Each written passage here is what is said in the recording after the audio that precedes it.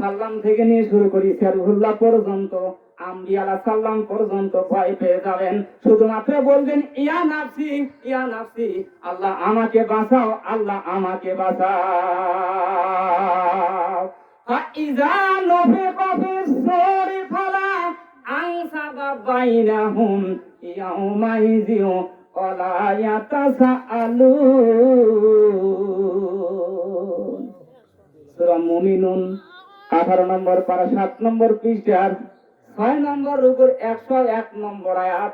তাফসীরে ফি জিলালিল কোরআনে পাওয়া যাবে, তাফসীরে তাফসীরুল কোরআনে পাওয়া যাবে, তাফসীরে মাফহারিত আল্লামা কাজী সানাউল্লাহ পানিপতি রাহমাতুল্লাহ আলাইহি আয়াতের তাফসীর করতে গিয়ে তিনি বর্ণনা করেছেন, যখন ইসরাফিল আলাইহিস সালাম সিংহায় ফুঁক দিয়ে দিবেন, ওই সময় পিতার সঙ্গে সন্তানের সম্পর্ক থাকবে না।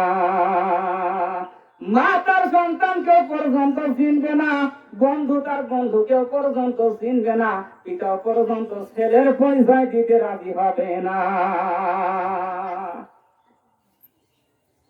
আমার সঙ্গে আপনার পরিচয় থাকবে না, সম্পর্ক শেষ। মরণ আসবে, মরণ আসলেই কিন্তু সন্তানের সঙ্গে পিতার সম্পর্ক। সাদা আনসাবা বাইনাহুম, পরস্পরের মাঝে একজনের সাথে আরেকজনের আর কোনো সম্পর্ক থাকবে না। ঠিক কিয়ামতের ময়দানে একটা নেকি যদি বান্দার কম পড়ে যায়, ঠিক একটা নেকির জন্য মায়ের কাছে গিয়ে বলবে, মা এই একটা নেকি দাও, এই একটা নেকির জন্য আমার ফয়সালা হয় না, জান্নাতে যেতে পারি না। তুমি আমার জন্য কত কষ্ট পর্যন্ত করেছো, যদি অসুখ হয়েছে সারাটা রাত পর্যন্ত আমার জন্য তোমার চোখে ঘুম হয় নাই।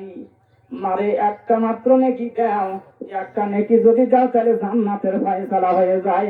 ঠিক ওই মুহূর্তে শুধুমাত্র তাই নয়, মায়ের পাও পর্যন্ত ধরে কাঁদবেন, এক নয় দুই নয়। তাফসীরে মাযহারিতে আল্লামা কাজী সানাউল্লাহ পানিপতি রাহমাতুল্লাহ আলাইহি তিনি বর্ণনা করেছেন, আপন সন্তান তার মার পা ধরে কাঁদবে 500 বছর।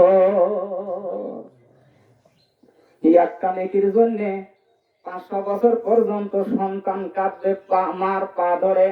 500 বছর পার হওয়ার পরে, আপ হওয়ার পরে, এখন নিজের সন্তানকে লাঠি দিয়ে ফেলে দিয়ে বলবে, কই দুনিয়া তো আমার বিয়াই হয় নাই, তোকে পাবো কই? তাহলে আমার আমল আমাকেই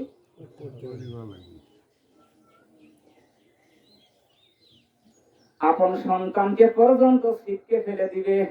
এরপরে বাবার কাছে যাবে, বাবার পা ধরে কাঁদবার বলবে, আব্বা তুমি আমার জন্য না কত কষ্ট করেছো, একটা মাত্র নেকি দাও, নেকি না হওয়ার কারণে আমি তো আজকে জান্নাতে যেতে পারি না, ফয়সালা হয় না। ওই সময় 500 বছর পর্যন্ত পা ধরে কাঁদার পরে যখন সন্তানকেও আবার পিঠে ঠিক একই কায়দায় লাথি মেরে দাঁড়িয়ে দেবে আর বলবে, তুই যে আমার সন্তান কই দুনিয়াতে, আমি তো বিয়েই পর্যন্ত করি নাই, তো সন্তান হবে কোন জায়গায়? যেই জায়গায় আপন সন্তানকে পিতা পর্যন্ত চিনবে না, এবার বলুন তো ওই ময়দানে আমি আর আপনি থাকবো কিনা?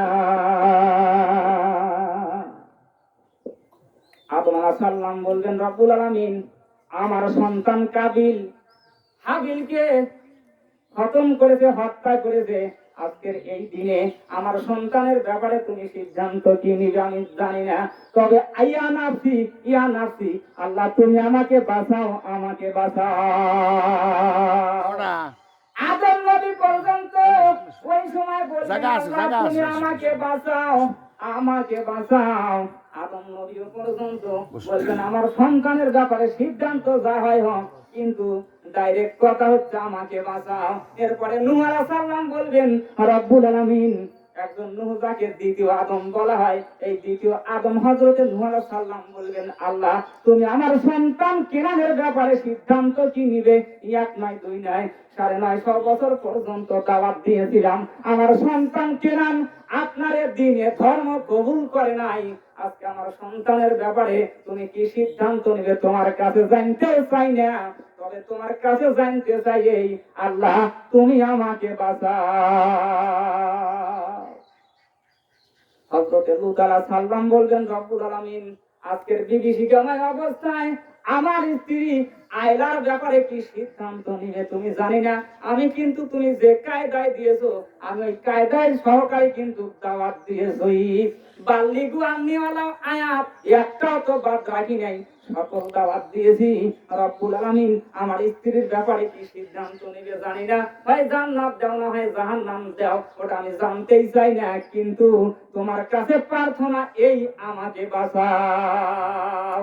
ইব্রাহিম আলাইহিস সালাম বলবেন রব্বুল আলামিন আমার পিতা আজরের ব্যাপারে তোমার সিদ্ধান্ত কি হবে আমি জানতেও চাই না, তবে আমি জানতে চাই এই তোমার কাছে প্রশ্ন করি আমাকে বাঁচাও। এরপরে নূহ আলাইহিস সালাম গেল, ঈসা আলাইহিস সালাম পর্যন্ত এই সময় আল্লাহর দরবারে ডাক দিয়ে বলবেন আল্লাহ আমার মা মরিয়মের ব্যাপারে কি সিদ্ধান্ত নিবে আমি জানতে চাই না, তবে তোমার কাছে কাছে প্রার্থনা করি এই আমাকে বাঁচাও।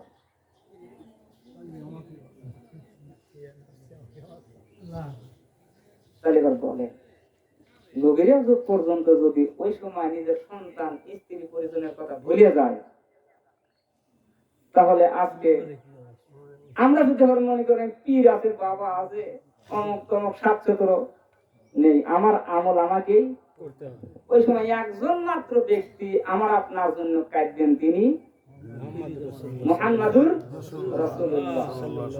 সকলেই যখন একই আওয়াজ দিতে থাকবে আল্লাহ আমাকে বাঁচাও আল্লাহ আমাকে বাঁচাও, ইয়া নাফসি, ঠিক ওই মুহূর্তে হঠাৎ করে একটা আওয়াজ ভেসে আসবে, তিনি আর বলবেন না আল্লাহ আমাকে বাঁচাও আল্লাহ আমাকে বাঁচাও, তিনি ওই সময় ডাইরেক্ট বলবেন ইয়া রব্বি হাবলি ইয়া উম্মতি।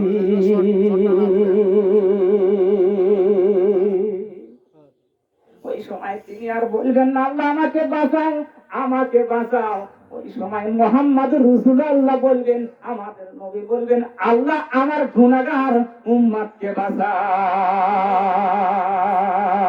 এবার বলুন তো তাইলে ওই নবীজির অনুসরণ করার দায়িত্ব আমাদের আছে না নাই? আমাদের জন্য আল্লাহর নবী ওই সময় মাকামে ইব্রাহিমের মধ্যে সিজদায় পড়ে যা কাঁদবেন, কত বছর